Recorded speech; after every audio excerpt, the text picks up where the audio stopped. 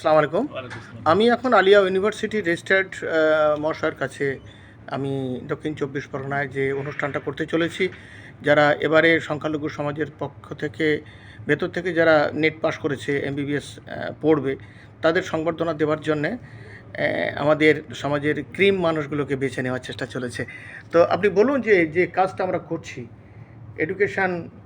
এডুকেশনের প্রয়োজনে আর কি, সমাজের অবস্থা তো আপনি জানেন, সংখ্যালঘু সমাজের কী অবস্থা।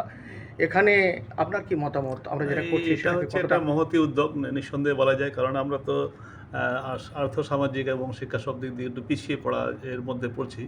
কিন্তু আমাদের এগিয়ে নিয়ে যাওয়ার জন্য, আমাদের প্রজন্মকে এগিয়ে নেওয়ার জন্য আপনাদের মতো যে প্রতিষ্ঠানগুলো যারা তৈরি করেছে, বিভিন্ন রকম শিক্ষা প্রতিষ্ঠান থেকে শুরু করে বিভিন্ন রকম ট্রেনিং কর্মশালা, যারা ট্রেনিং দেয়, তারা বর্তমান সরকারের প্রতি আমাদের আন্তরিক বিভিন্ন রকম প্রতিযোগিতামূলক পরীক্ষা যে প্রস্তুতি করিয়ে ছাত্রদের তৈরি করে দেওয়া, এটা তো আপনার বিশাল একটা কাজ করছে। মনে হয় যে এরা তোমাকে অনেক এগিয়ে দিয়ে যাবে।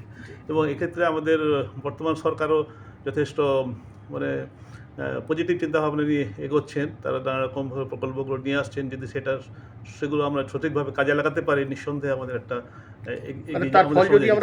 ভোগ করতে পারি। এবং সেটা আপনারা হয়তো আপনাদের মতো প্রতিষ্ঠানগুলো এগিয়ে আসলে আমরা উপকৃত হবো আর কি। একদম একদম।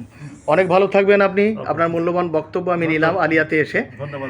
হ্যাঁ, মাস্টারমশাই দিয়ে দিন, স্যারকে দিয়ে দিন, ঠিক আছে?